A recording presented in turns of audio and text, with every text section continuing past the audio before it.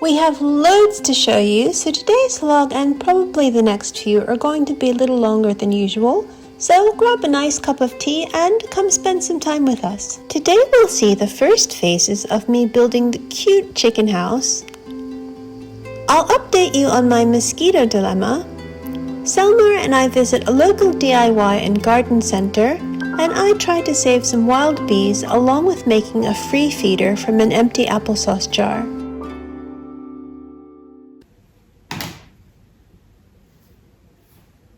Before I begin building, I need to spend some time on designing, which includes a lot of pre-planning and research. These pre-building phases can be tedious, but are essential to building even a small casual structure like this. The structural soundness is of course paramount, but also the visual effect and utility can be greatly affected by slight changes in the design.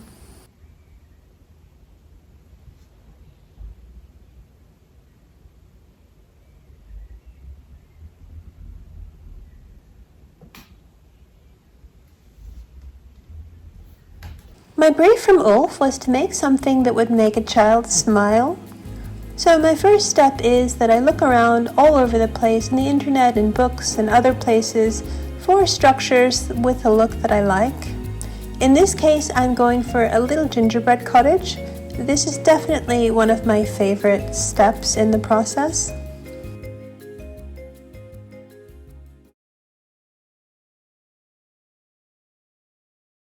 I also need to research my building material, in this case cob with a stone wall foundation. I've done some earth building in the past and I reread this great book to remind me of the details in the process. And I read and watched a lot on stone walls and foundations, particularly because I'm building near trees. I'll show you more about this wonderful and versatile ancient building material, which is green, healthy, and free, or mostly free, in our coming vlogs.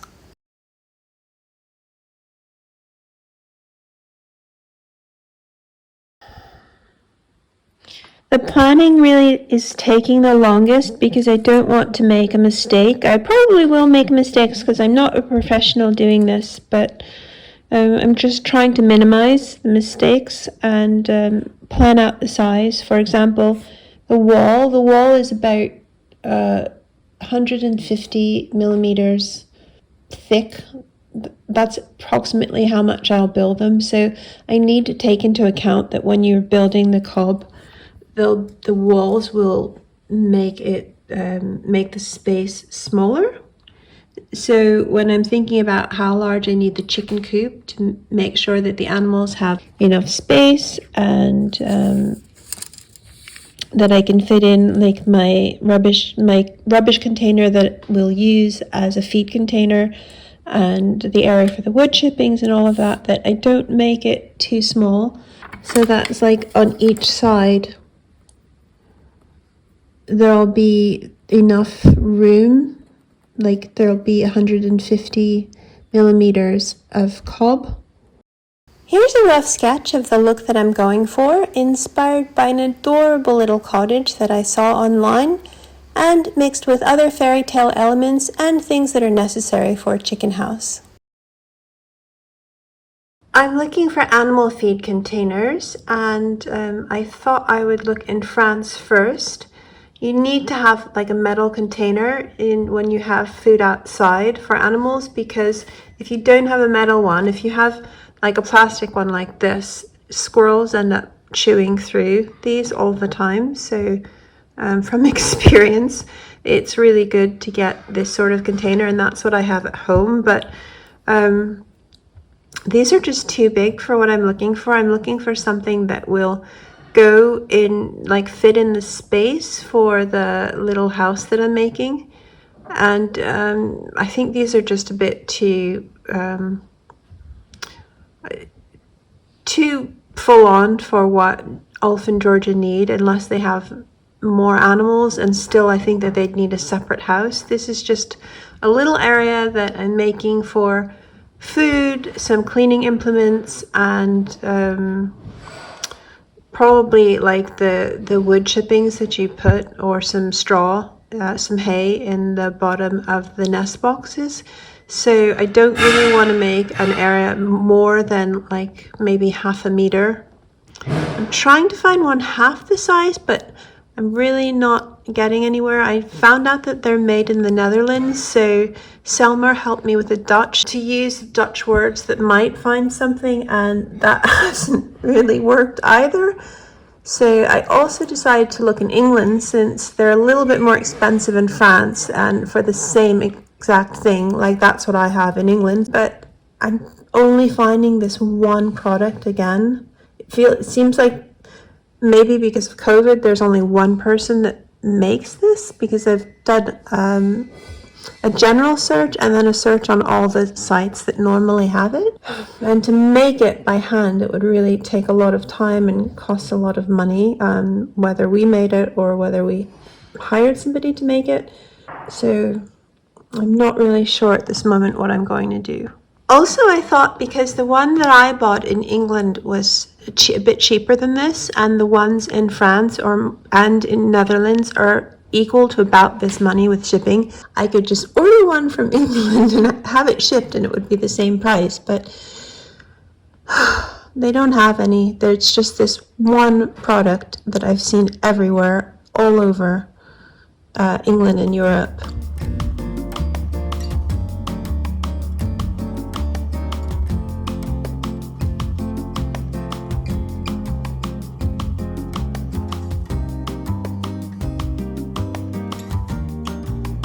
I might have to just end up getting one of these big galvanized rubbish bins, but it's just not convenient because they're round, they take up so much space, and I don't like the lid because it comes off. I want one of the lids that flips up. I do need to find out quick, because when I'm making the foundation and the building, like putting the cob down, I would like to have the size figured out before, so that the space is made for something that the container can easily fit into.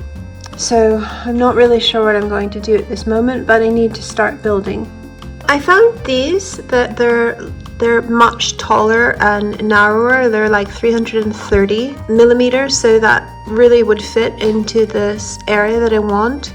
They're a bit more expensive, but they all look like very nice quality. They're basically like rubbish bin containers, and the lid like flips up, and they also have two handles, so it'd be easy for Georgia and Ulf to carry out. And some of them have, you can see like they have a little wheel, some of them, which might get in the way, so I would maybe go for one without the wheel. I think that might be the best choice to avoid having to have something custom made, or to avoid having a completely different house for the animal feed and all of the little cleaning implements and things that I want to add. Maybe in the future, because they would like more animals, that will be the best choice, but for now I don't think that that's the best option. I would like to have just a small compact area for now. I think this is the best one because it's 50 liters, so that would be for 2 bags of feed, way more than they would probably buy at one time. Georgia said maybe, I think she said maybe 10 chickens, so usually you buy like a big bag for those amount of chickens, and that would be like 20 to 25 kilos, so 50 liters would be big enough. And it's a nice size, like about 330 mil diameter, and the lid stays on, and it's not a bad price. I found this one that is bigger. It's twice, so 110 liters, and it has a little wheel on the back, and it could just fit into the space. If maybe I made the space a little bit bigger so that they'd have more options to store things, but it's 521 euro, so I think I probably won't go for that one. Yeah, I mean, I've even seen ones of that size for 600 and something euros. Yeah, 628 euros. So I'll probably stick with the 50 liter size, which I think is fine. I think it will be more than enough, really. I have also found this one. It's like much straighter and taller, but it's only 45 liters. It might just hold the 25 kilos of feed. It doesn't have the lid that stays on, and it is in England, but for the price with the delivery, I think it's also another option. Just the quality isn't nearly as nice as the like Parisian rubbish containers. So I think George and Ulf might still prefer to go with the one that I decided on earlier. I'll show them and see what they say. Not that one, but the other one.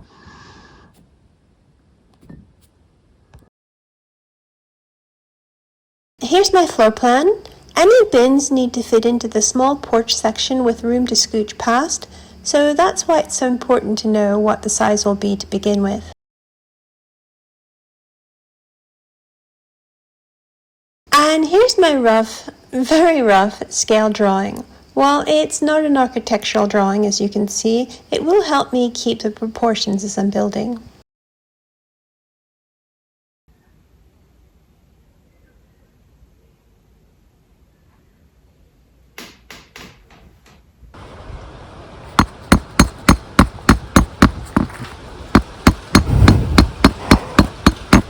I have just roughly hammered some bamboo stakes where I think that the foundation for the little chicken house will go.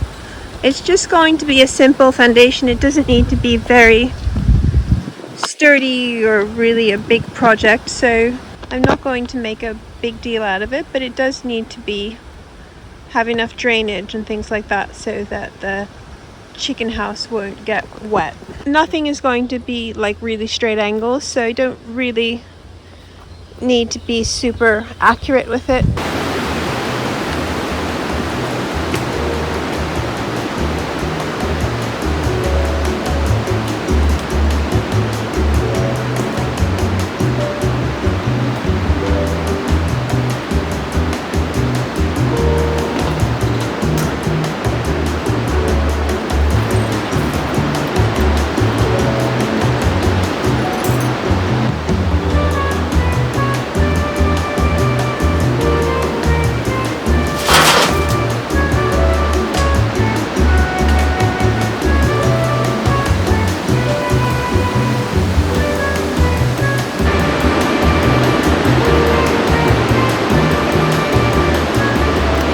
Getting on with digging my shallow trench for my foundations.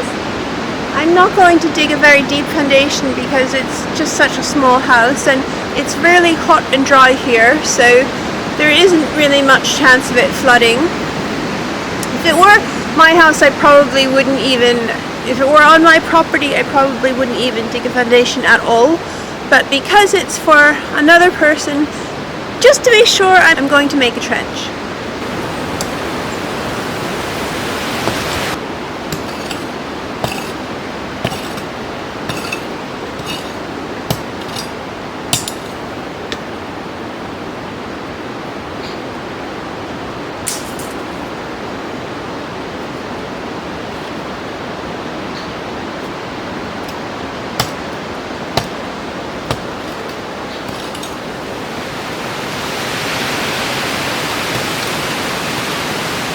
Finding a fair amount of glass and pottery shards, so there's quite a bit to dig up.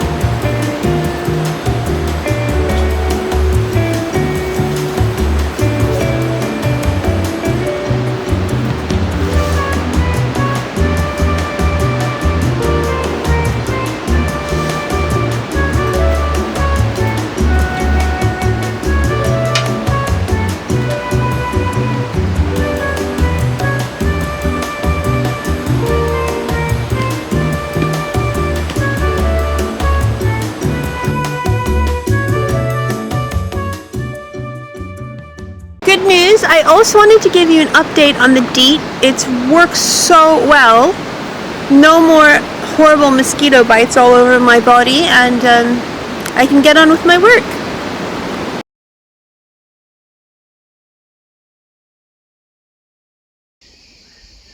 So fed up with them. Nothing. I'm wearing 50% DEET and it's just not helping. These mutant vampire mosquitoes. I tried all 3 of the commonly available chemical substances for repelling mosquitoes for a total of 5 products. I tried these 2, which are both the same chemical. It's just that they have so many different names for the same substance. I thought they were different products. They are something called IR3535. It's got a much longer name, but that's the easy name, which really doesn't work at all for me. Anyway, they might as well be perfume as far as the mosquitoes here are concerned. And I tried DEET, 20% and 50%. The other one that was 20% was in Selmar's camper, and we finished. This one is 50%. It's actually quite difficult to get a hold of, at least in this area. I went to 3 different pharmacies before I could get this one. I was so excited when I first got it because I was getting swarmed by mosquitoes, if you remember the last video. And at first, they totally stopped. But then after about 2 hours, I started getting them coming back. Not swarming, but getting a significant amount of bites. And I've read that mosquitoes, if they really need to eat or they really need a meal, they can overcome their revulsion to DEET. So they can probably overcome their revulsion to any repellent.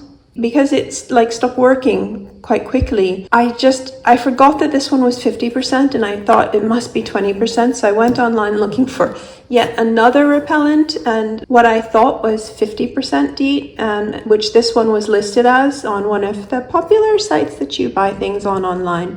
But it's actually something called icaridine.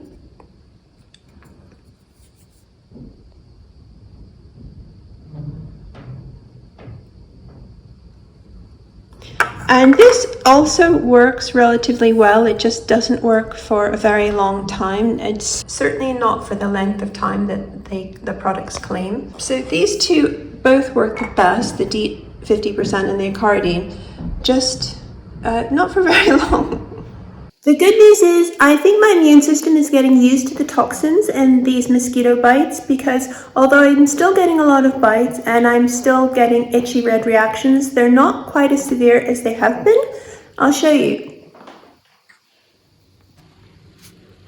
So I have, even with the repellent, I've still gotten loads of bites along my neck and my ear. You can see my ear is so red. But they're not coming up. Normally these would be huge.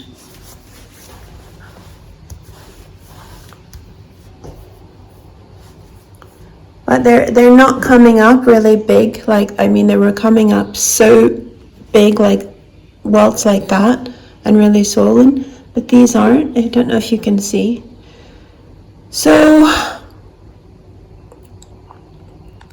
that's much better, because although they're itchy, they're tolerable that I can avoid itching them, whereas the other ones, they were just so intensely itchy I just couldn't help myself to itch them, and they were just so big. So I guess my immune system is getting used to these. But thank you so much for everybody and your sweet, so many comments. It was so nice of you. I thought it was really lovely, all of the nice things that people were thinking of me and made so many suggestions. I'm going to try some of the essential oils people suggested, and also things like some people suggested Skin So Soft from Avon, which I had actually heard before when I was younger, but I kind of just assumed was an urban myth put out by maybe Avon representatives. But I'm going to try that, and thank you again. It was so kind of you and so sweet to think about me and worry about me. Thank you. So we're going to the Tridome. This is a big DIY center. It is what do you call it? A garden center, right? Yes. Yeah.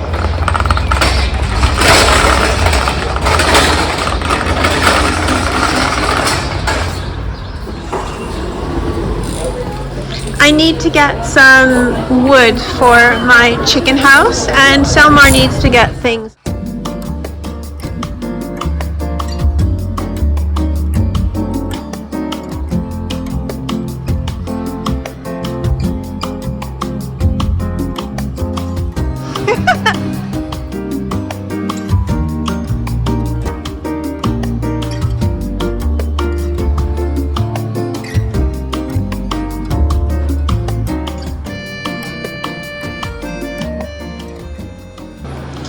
I'll just let you see some of the prices here. It is so pricey in France at the DIY shop.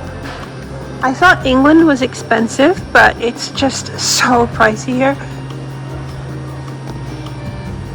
Like, look at the cost for Dulux paint. 90 euro and 35 cents for 5 liters paint, white paint.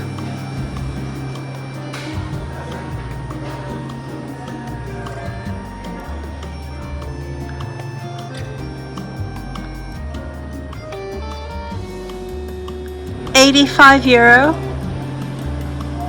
for 6 liters of premixed paint.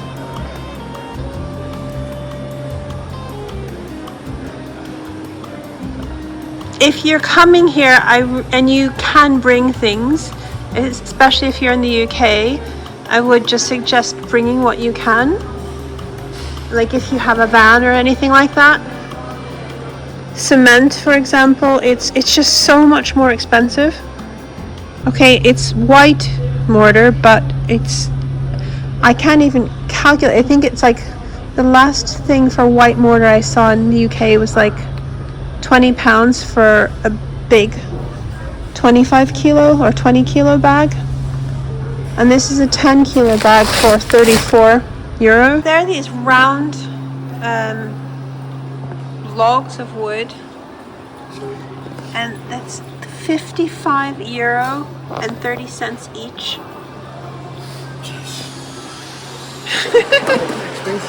It's so expensive for one of these.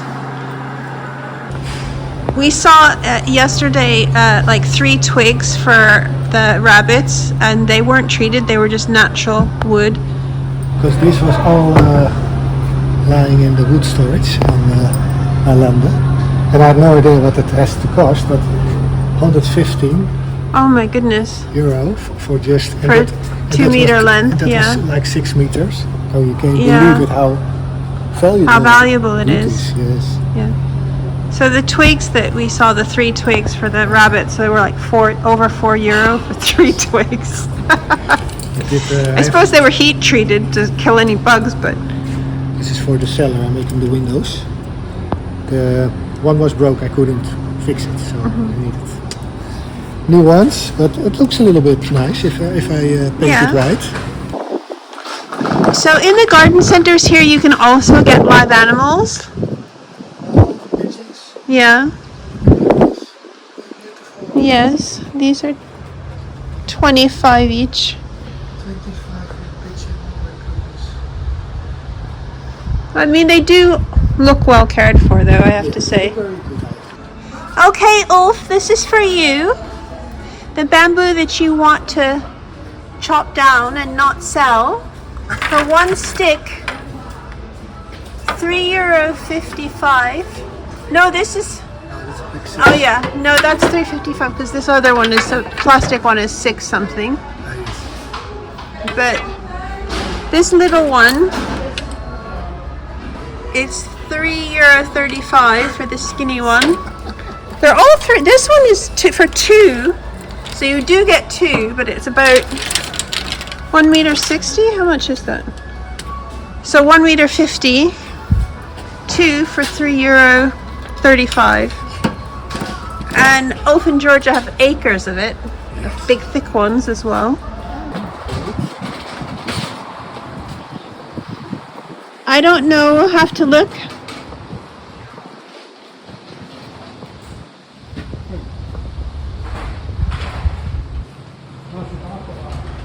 It's not here.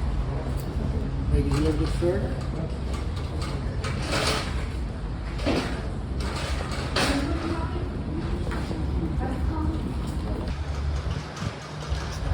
Yeah, it's nice. These are this is kind of like an American. It's the second really big place we've seen. It's kind of seems more like a hypermarket type place. Oh, it's nice.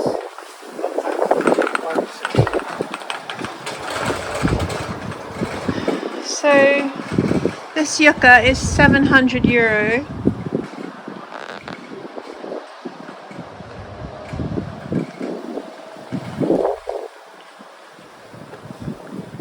That's not too bad, £99 I don't think for this pot. 99, sorry. I might accidentally keep flipping back and forth to sterling. That's 99.50 in euro.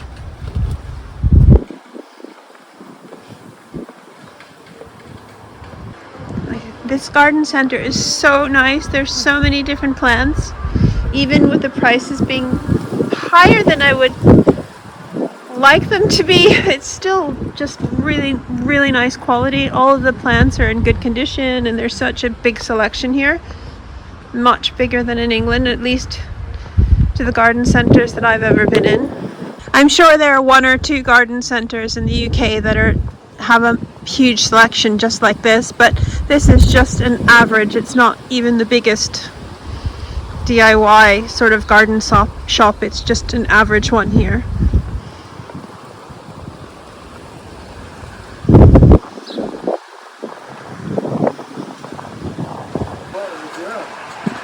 But I mean, that is a very big tree, so I don't think that that's too expensive for that. Nature. People don't understand nature, how you have to respect it. You see, it is so valuable. Yes. Grow a tree. Yes. Protection. Well, that's someone's time caring for it. Somebody has to water everything. I also need to get a wheelbarrow, a brouette. Oh, yes. But when I looked online, there was a big selection. I don't know if this is the real place for it. And Tatyana is getting a wheelbarrow, 2 wheels, very luxury, huh? Okay, let's get the black stuff, eh? For the what goes in. I think it's called in English. It's called bitumen. Oh, this is not the place. Oh, I have to go back inside again. I got this drinker for the birds and a little mirror at the Tridom Garden Center. The bigger birds are kind of being mean to the pink one, the smaller one, because the 2 yellow ones are a pair and the little pink one is on his own, and they kind of try to stop him from eating and drinking. So I thought if I got like extra places where they could eat and extra drinkers, then they wouldn't be able to impede him from eating or drinking. And the little mirror, I thought, when my Minette, my goose, was sick, she liked a mirror to kind of talk to. So I thought maybe he might like to kind of go next to it and see himself. And maybe it would comfort him. The little pink one, you can see him there. He's very pretty. He's very quiet. Oath and Georgia said that he was quite ill when he was purchased, so I think they took him out of the pet store so that he would maybe be safe and have a chance. He seems okay, he's just maybe he's weaker than the others. And those are the two little naughty ones. Two little terrors being mean to him. They're not terrors really, but show you them.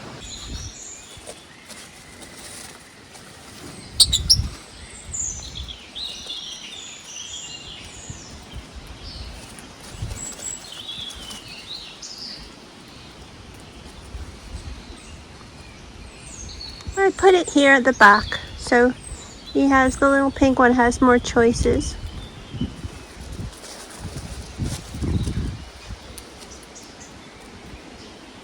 And some water there as well. This is some sugar water. We're probably going to make a feeder out of just an empty jar. So that's good to upcycle, and also it's free.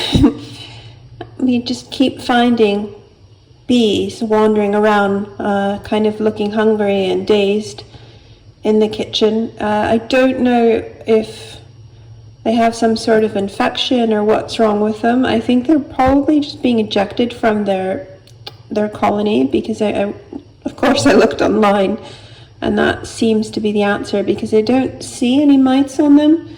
Maybe I'm not looking closely enough, but the pictures I saw of these mites are quite big. So they don't actually seem to live very long, but I have been giving them like natural kind of brown sugar, so I'm just going to give them white sugar now and see if it helps. You may remember from our tour of the chateau that there's an ongoing problem with wild bees at the house.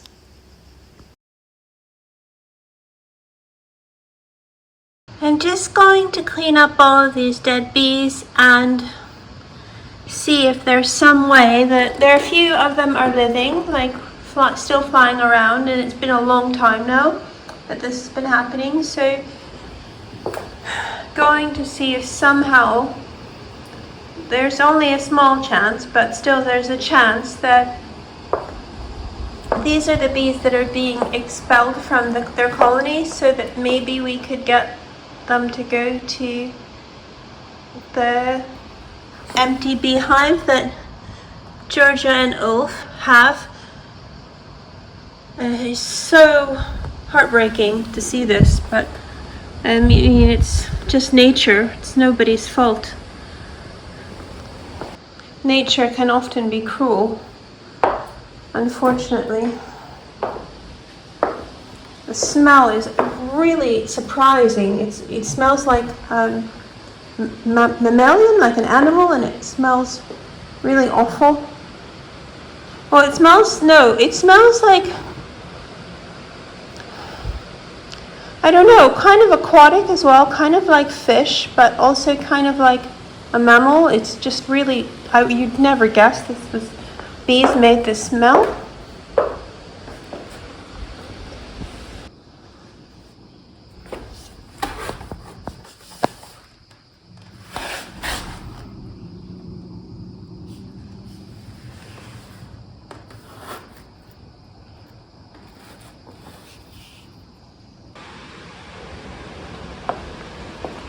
So here's the Flow Hive that Ulf and Georgia bought. It's a very good hive.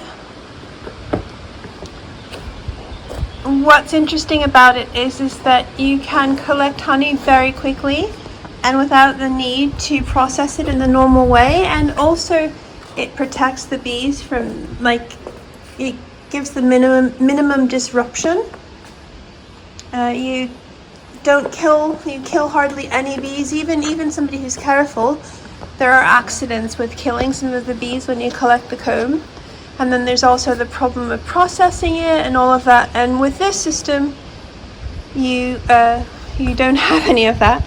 They're not paying me to say this, but it really is a good hive, and one that I actually want. So I was really happy when I saw that Ulf and Georgia had one. So I spoke with Georgia, and she said to go ahead and try, even though it's a long shot, to try and get some wild bees into the hive. We're going to try. I've seen videos in developing countries that they don't buy bees, of course, they just attract bees to their hive, and the way they do that is with honey. So it is worth a try, and we'll see. It's too late in the year anyway to be able to get some bees, so we'll see what happens. I'm making a bee feeder out of a clean applesauce jar, so the lid is clean. And I just punch some holes, and I'll fill it with 50-50 sugar water, and close the lid and turn it upside down and rest it where the holes aren't. I'll put 2 pieces of wood on either side and rest it on that so that the bees can come underneath and drink the sugar water.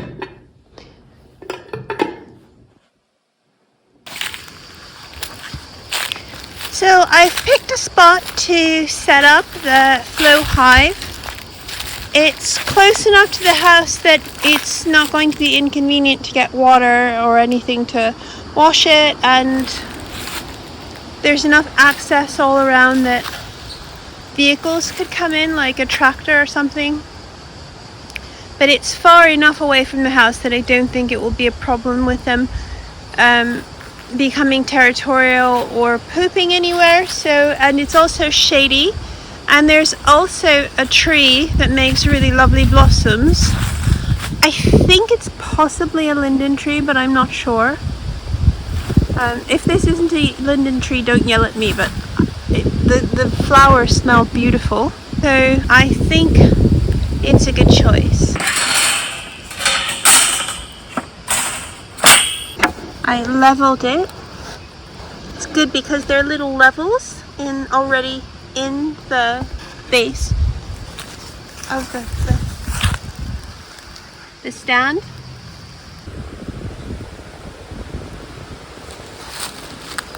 I set up the Flow Hive with just the bottom part because just like the area where they live for now, and make honeycomb, because they don't need the top part now because there aren't any bees in it yet.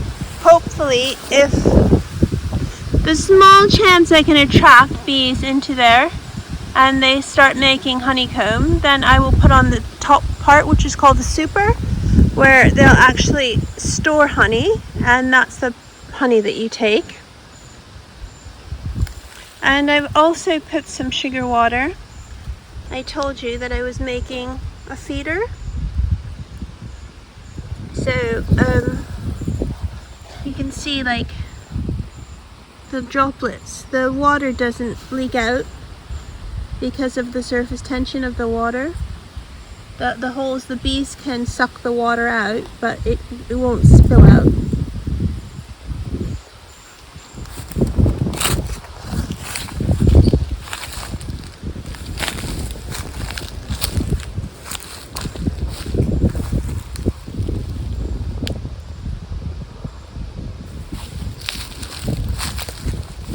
So I hope I can attract them. Oddly enough, I keep getting bees landing on me, so maybe if I just stand here.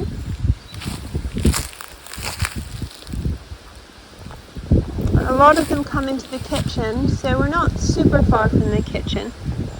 Cross my fingers.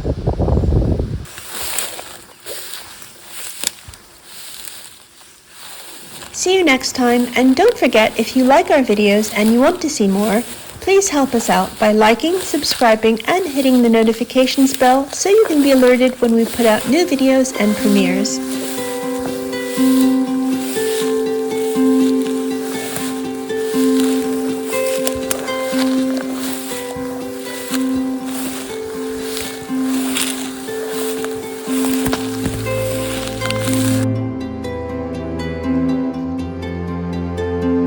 Chateau del Sol is located in the Occitanie region of southern France. It is very near the breathtaking medieval city of Carcassonne and not far from the metropolitan city of Toulouse.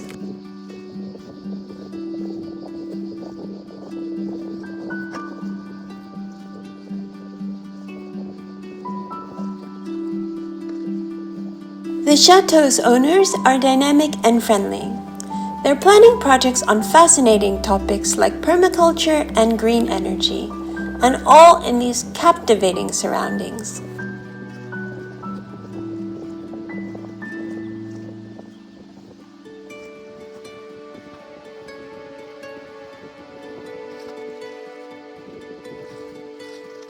If you would like to live and volunteer at this beautiful French chateau, you can find the program details in our video description below.